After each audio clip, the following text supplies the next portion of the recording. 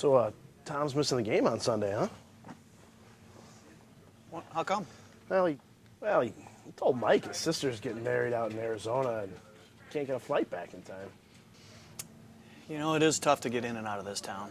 Yeah, I mean, it's not like I expect him to pull an A.J. Hawk and cab it back, but I got a sneaking suspicion he just thinks it's going to be a lousy game. You know, you can't take those guys lightly. Did you see the Pittsburgh game? They got some guys who can make some plays. I think that's exactly what he's doing. I think he's just taking a day off. Yeah, he is selling it awful hard.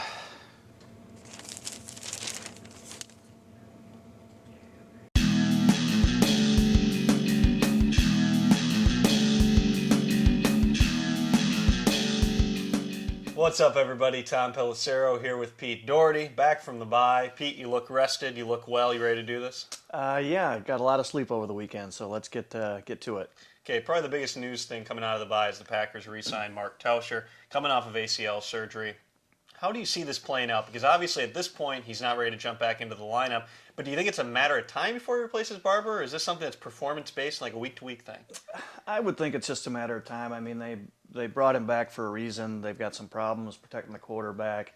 Barber's had a lot of growing pains at right tackle. They paid him a $200,000 bonus. This was not just a thing to bolster up the roster a little bit. I think they want to get him on the field. It'll probably take anywhere from 2 to 4 weeks, I would guess. That's just a guess, but it'll still be Barber out there this week against Detroit. Now, Detroit obviously coming off of one of the worst seasons, if not the worst season in NFL history, going 0-16. But they've won a game this year, beating Washington. They've been competitive the past few weeks. They were, I think, tied with Minnesota at halftime last week against Pittsburgh. They have a chance to force overtime in that game. Is this the team that has a chance to knock off the Packers? You wouldn't think the odds would be too good, considering they haven't won in Wisconsin since 1991, and they've lost 20 of their last 21, I think, 19 of the last 20, somewhere in there. So you wouldn't think the odds are too good, but they do have some talent on offense from the scouts I talked to. Scouts like the quarterback, Matthew Stafford, the rookie, and if Calvin Johnson plays, he's a big-time talent at receiver. Offensive line is okay. They got some talent on offense, but defense is bad.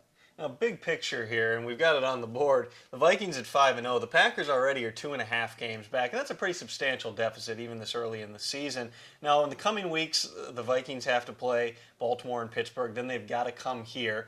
The Packers have 2 games that look like they're easy on the schedule with Detroit and Cleveland. Obviously, you can't take anything for granted, but big picture, do you see this being a race in the NFC North?